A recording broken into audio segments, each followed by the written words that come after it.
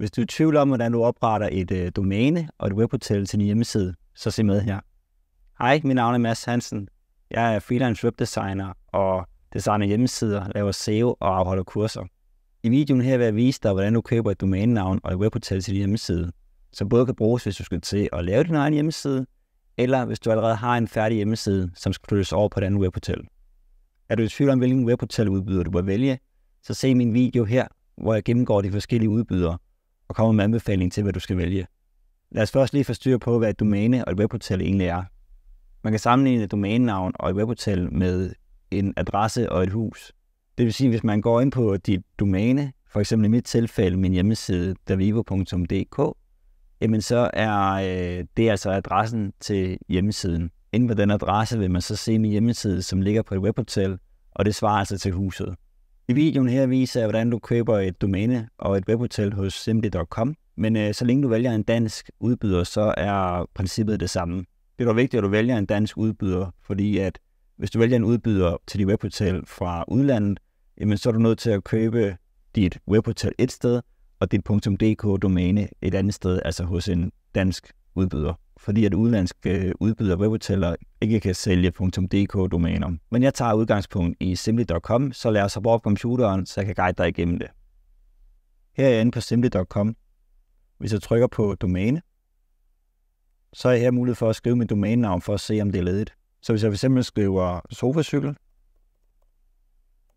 så kan jeg se, at .dk-domænet ikke er ledigt. Så hvis jeg vil have et .dk-domæne, så er jeg nødt til at finde på et andet domænenavn. Så jeg prøver i stedet for sofacykel, shoppen. Så nu kan jeg se, at domænet er ledigt. Jeg kan faktisk både købe .dk-domænet og også købe .com.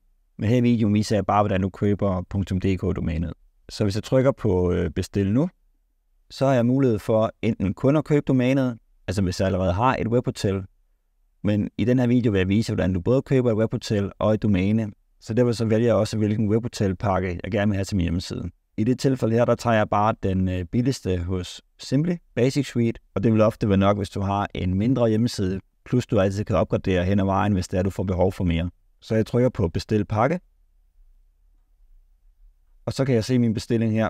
Så jeg er ved at bestille sofacykelshoppen.dk-domænet, og jeg kan se, at registreringen den koster ca. 19 kroner, plus at Basic Suite, altså den pakke, jeg er ved at købe, den koster 675, og så får jeg noget rabat det første år på webhotel, plus at jeg sparer registreringen. Hvis jeg kan finde en gældende rabatkuponkode til dig, så skal jeg nok smide den her nede i beskrivelsen. Derudover så kan jeg se, at jeg blandt andet har 14 dages penge tilbagegaranti, så det vil sige, at hvis jeg fortryder det her køb, så er jeg stadig mulighed for at få mine penge tilbage.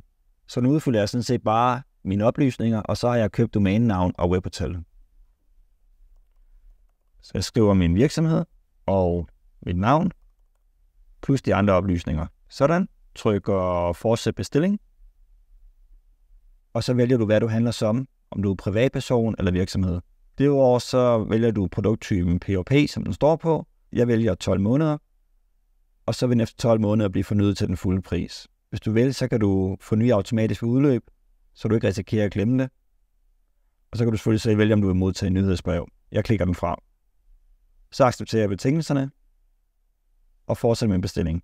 Trykker bekræft, og betaler. Gennemfør betaling.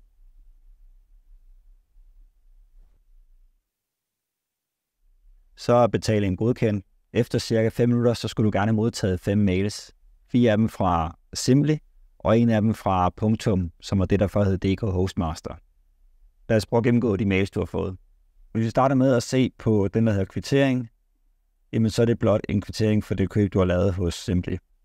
Så den kan du få vist, og så eventuelt igennem den, så du har den liggende. Den næste mail er den her, der hedder registrering, og der står, at du har registreret dit domænenavn, og der gerne skulle komme en mail fra Punktum, hvor du bliver bedt om at aktivere dit domæne. Når du har aktiveret domænet og validerer dig hos Punktum, så kan der gå op til 24 timer, før det virker korrekt. Så have lidt tålmodighed. Det næste, vi kigger på, er også for Simply. Og igen, så siger den også bare, at domænet er blevet aktiveret, men vi lige mangler at validere det. Så det er egentlig det samme, som der stod lige før. Så har vi en sidste mail fra Simply, som er invitation til oprettelse, og det er altså for at kunne logge ind på webhotellet.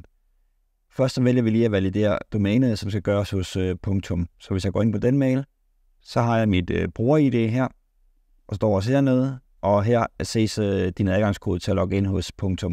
Det er en rigtig god idé at gemme den her mail, eller skrive de her ting ned, i tilfælde af, at du skal logge ind hos Punktum senere hen. Jeg går til ID-kontrol. Så jeg logger ind med mit ID.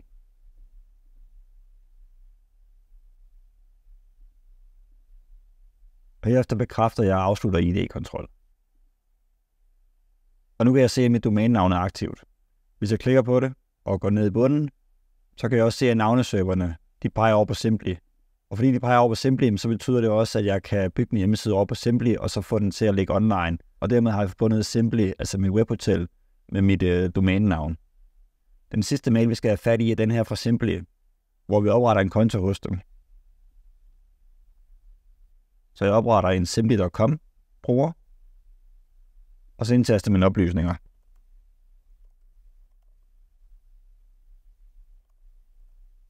Og accepterer betingelserne,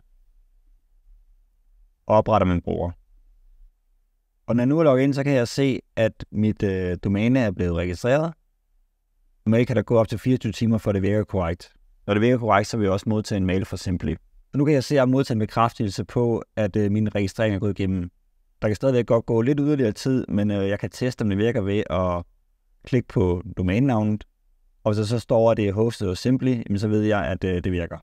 Når du har fået en bekræftelse fra Simply, så er du klar til at tage dit nye webhotel og domænenavn i brug. Og nu er vi klar til at installere det CMS-system, vi gerne vil arbejde i, for eksempel WordPress, som jeg vil vise, hvordan man installerer i en senere video.